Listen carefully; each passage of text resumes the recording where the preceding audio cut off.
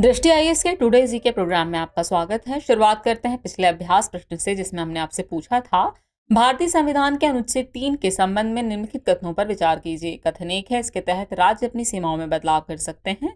कथन 2 है, इसके तहत संसद किसी भी राज्य का नाम बदल सकती है। और कथन 3 है, इसके तहत संसद किसी भी राज्य का क्षेत्र अलग करके पूर्णतया नया राज्य बना सकती है। उपयुक्त में से कितने कथन सही हैं, ये आपको बताना था।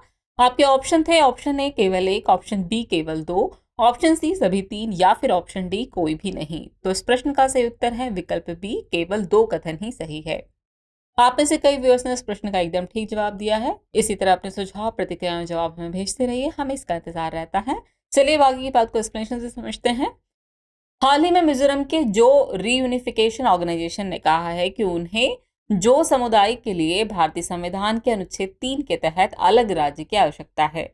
बता दें कि भारतीय संविधान का अनुच्छेद 3 नए राज्यों के गठन और मौजूदा राज्यों के क्षेत्रों, सीमाओं या नामों में परिवर्तन से संबंधित है।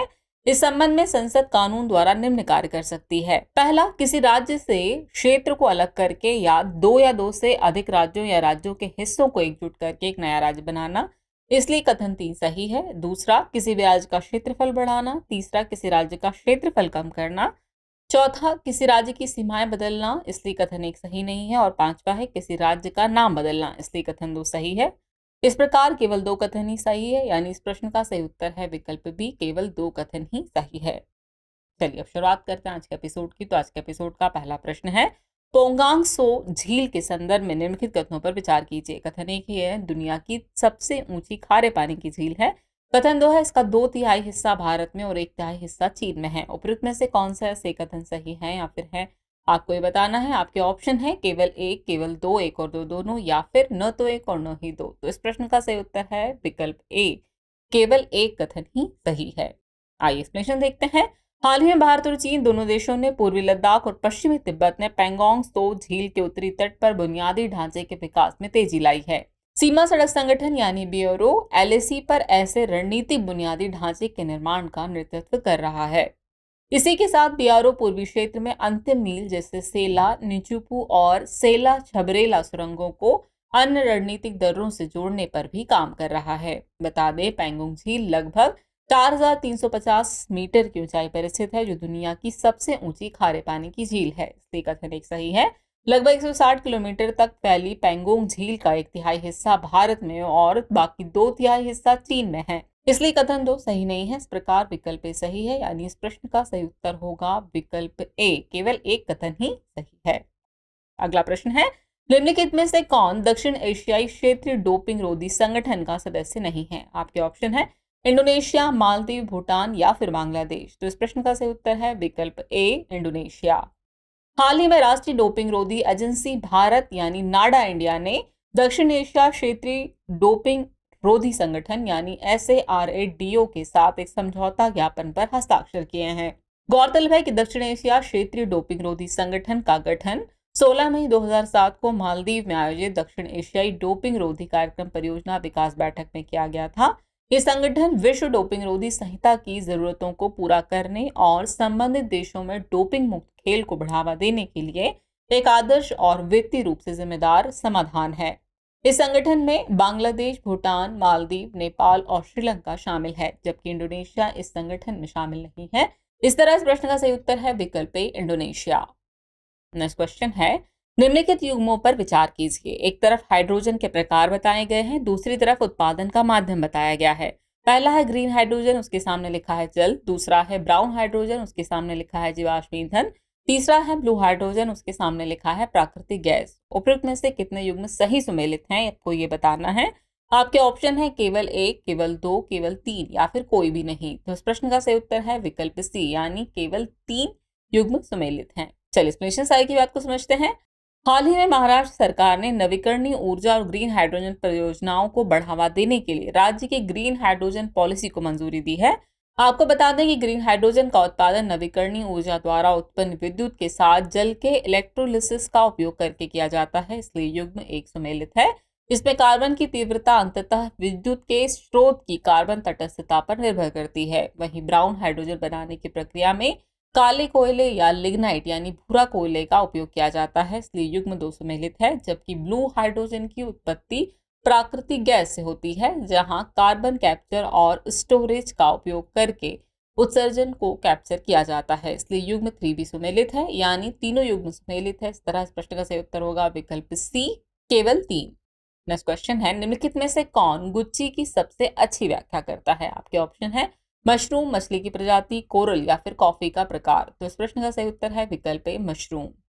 अप्रत्याशित मौसम पैटर्न और औसत से अधिक तापमान के परिणाम स्वरूप गुच्ची मशरूम को लगातार दूसरे वर्ष संकटपूर्ण परिस्थितियों का सामना करना पड़ रहा है, इसलिए विकल्प ए सही है।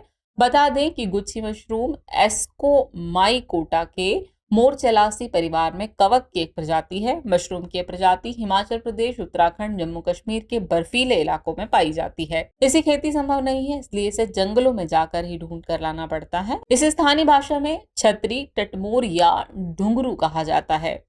इस तरह इस प्रश्न का सही उत्तर होगा विकल्प ए, मशरूम।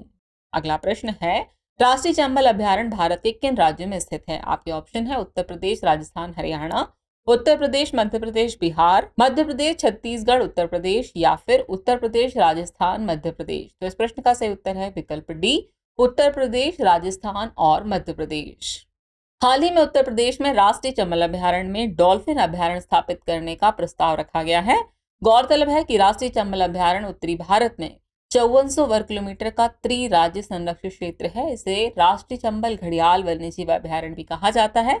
इसकी स्थापना 1979 में चंबल नदी की लगभग 425 किलोमीटर लंबाई और नदी के साथ 2 से 6 किलोमीटर चौड़े खड्डों पर एक नदी अभ्यारण्य के रूप में की गई थी। ये उत्तर प्रदेश में 635 वर्ग किलोमीटर क्षेत्रफल वाला एक त्रि-राज्य अभ्यारण्य है, जो आगरा और इटावा जिलों में फैला हुआ है। इसका कुछ हिस्सा मध्य प्रदेश और राजस्थान में भी आता है, इसलिए विकल्प डी सही है, यानी इस प्रश्न का सही उत्तर हो जाएगा उत्तर प्रदेश, राजस्थान और मध्य प्रदेश। नेक्स्ट क्वेश्चन है, विशेष रूप से कमजोर जनजाति समूह यानी पीवीटीजीज के संबंध में निम्नलिखित कथनों पर विचार कीजिए। कथन 1 है, भारत में अब तक ऐसे 100 से अधिक समूहों की पहचान की गई है। कथन 2 है, पीवीटीजीज की संख्या सबसे अधिक महाराष्ट्र राज्य में है। और कथन 3 है, ये 18 राज्यों और 2 केंद्र शासित प्रदेशों में रहते हैं। उपयुक्त में से कितने कथन सही है, ये आपको बताना है। आपके ऑप्शन है केवल 1, केवल 2, सभी 3 या फिर कोई भी नहीं। तो इस प्रश्न का सही उत्तर है कोई भी नहीं। हाल ही में केंद्र सरकार ने एक सर्वेक्षण डिजाइन करने की योजना बनाई है, जो विशेष रूप से कमजोर जनजाति समूह यानी पीवीटीजीज के लिए मानव विकास सूचकांक यानी एचडीआई का अनुमान लगा सकता है। आपको बता दें, विशेष रूप से कमजोर जनजाति समूह यानी पीवीटीजीज अनुसूचित जनजाति समूहों में सबसे कमजोर समूह है। 1973 में ढेबर आयोग ने आदिम जनजाति समूह को यानी पीटीजी को एक अलग श्रेणी के रूप में बनाया, जो जनजाति समूहों में कम विकसित थे। 2006 में भारत सरकार ने पीटीजी का नाम बदलकर विशेष रूप से कमजोर जनजाति समूह यानी पीवीटीजी कर दिया। भारत में 705 अनुसूचित जनजातियों में से कुल 75 पीवीटीजीज हैं, इसलिए कथन 1 सही नहीं है। ओडिशा में पीवीटीजीज की संख्या सबसे अधिक है, इसलिए कथन 2 सही नहीं है। भारत में पीवीटीजीज 18 राज्यों और 1 केंद्र शासित प्रदेश यानी यूटी में फैले हुए हैं, इसलिए कथन 3 सही नहीं है। इस प्रकार तीनों कथन सही नहीं है, यानी इस प्रश्न का सही उत्तर होगा विकल्प डी, कोई भी नहीं। अगला प्रश्न है, geosynchronous satellite launch vehicle mark 2 यानी जीएसएलवी MK2 के संदर्भ में निम्नलिखित कथनों पर विचार कीजिए। कथन 1 है, यह जियो ट्रांसफर कक्षा में संचार उपग्रहों को लॉन्च करने के लिए भारत द्वारा विकसित एक प्रक्षेपण यान है। कथन 2 है, अंतरिक्ष में उपग्रहों को लॉन्च करने के लिए एक 3 चरणीय प्रक्षेपण यान है। उपयुक्त में से कौन सा सही कथन सही है या फिर है?